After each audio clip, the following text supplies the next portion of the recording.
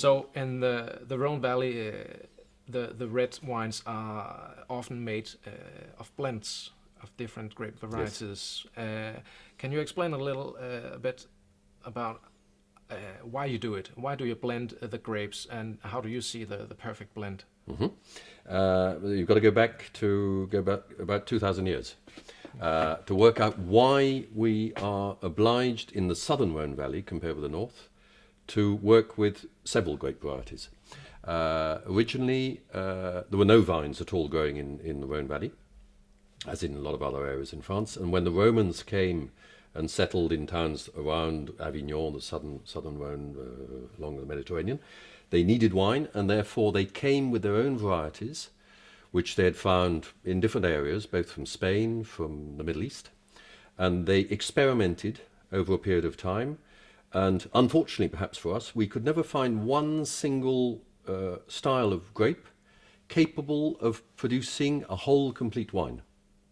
So from there on, unlike, for example, Pinot in Burgundy or Gamay for the Beaujolais, or Syrah for the Northern Rhone, yeah.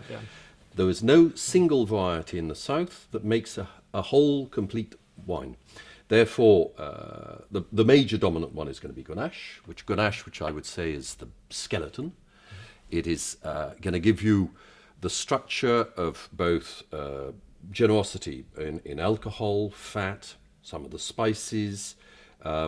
It's the backbone, but on which it's missing several things. It's missing some of the complexity in fruit.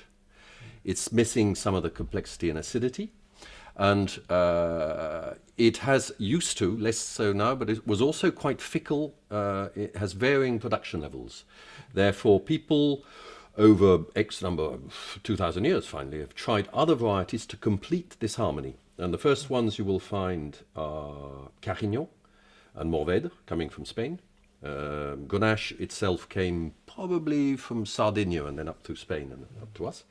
And the last one to appear was Syrah, which had already moved its way up to Northern Rhone and only came down to the south in the 1950s, 60s. It turned up, and so what's its interest? Syrah, for example, is for the colours and for some of the plummy fruit, blackcurrant flavours. So that will give you a facet of aroma, not so much the structure, a bit of fat, but essentially the aromas. And then Carignan, more acidity, that will balance off also with some of the slightly undergrowthy flavours. So indispensable, therefore, to make up a structure of a balance, having different varieties.